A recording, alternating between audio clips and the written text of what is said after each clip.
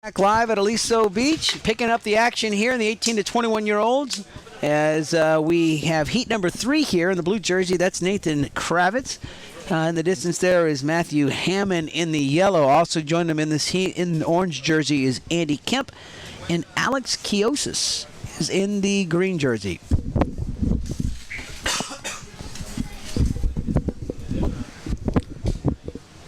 So heat number 3 of round number 1 in the 18 to 21-year-old division. And so this would be Matthew Hammond. Yes. Ooh, going for a little pop shove. Stuck. And then down he goes. Now look at, as the tide drops, Matthew, we'll get that little influence of the cider. Yeah. And so I think that's what the pros are hoping. I think maybe they're holding out. So there is a side wash for those that aren't familiar. Straight down in front goes Nathan in the blue. Well, this is not Nathan. That's, no, it's not. No. It should be, but it's not. Forgive me if I have identified riders incorrectly.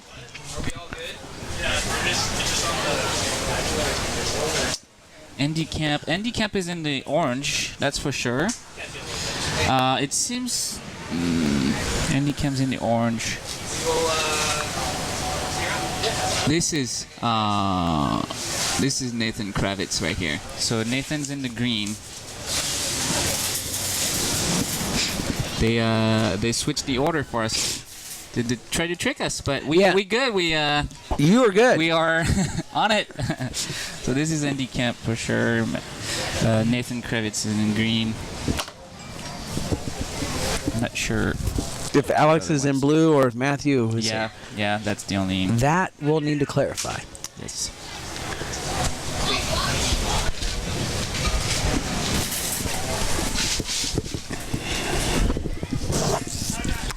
Waves are still pumping.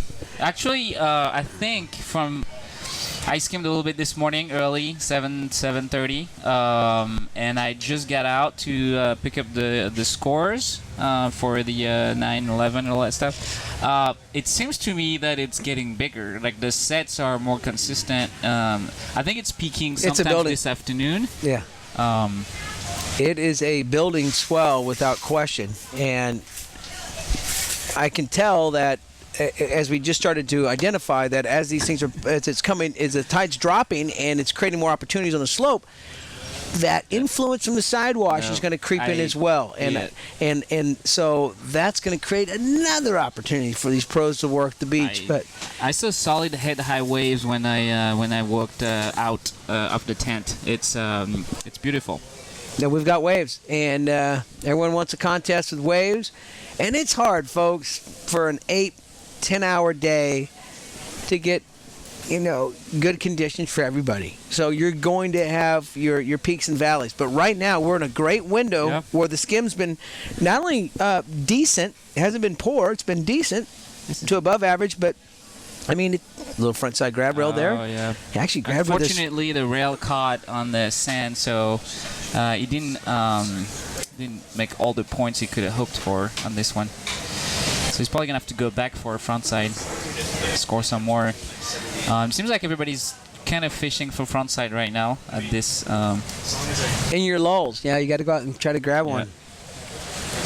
Maybe like in between sets, they're like, I can't get my huge wrap barrel right now, so I'm gonna go fish around for a little front side, try to get some scores in the pocket.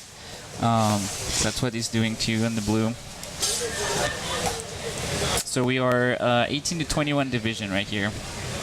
And we are going to be showcasing those professionals on the men's side. The ladies will come on day 2. We have just enough for a final, I believe. The ladies amateur. The professionals are going to go today.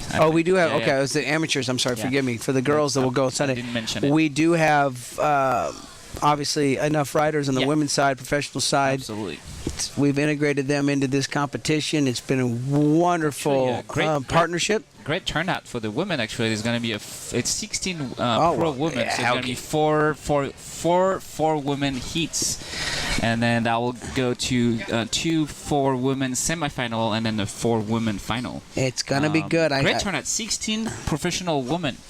That's great. It's insane. Yeah. I see a lot of familiar names. Oh yeah. K.O.'s They're here, good. and Jen Jacobs is here, and Lana Kila is here, and all the girls are here, and Sylvia is here. So you fans of women's professional skimboarding, get ready. They'll be out in the water as well, and they got game. They got game, folks. Frontside, whoa! That was gnarly. That was beyond the point of verticalness. I cannot believe he pulled that turn off. He actually was going backside wrap all the way, and it happens. You're like, oh, I'm late. So all I can do at the last second is crank frontside, and it becomes a very steep turn. And gosh, if he didn't flip that thing around completely controlled in the yellow jersey, snapped it all the way back.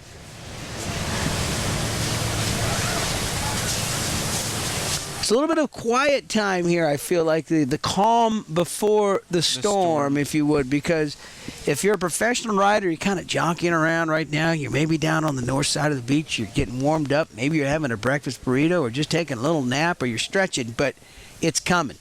It's contest day. It's game day. It's brewing. It's coming. Yeah. And you got to get ready, and everybody has their own strategy. They won't wait. They can't. They won't wait any longer. No. They don't have.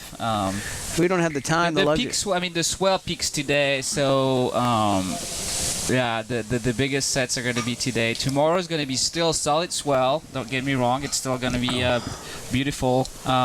It may be a touch smaller. So we should do a lot of pros. Nice little job there on a wrap, followed by a 360 on the way back in, adding yet another turn. So you'll see that as well throughout the broadcast this weekend.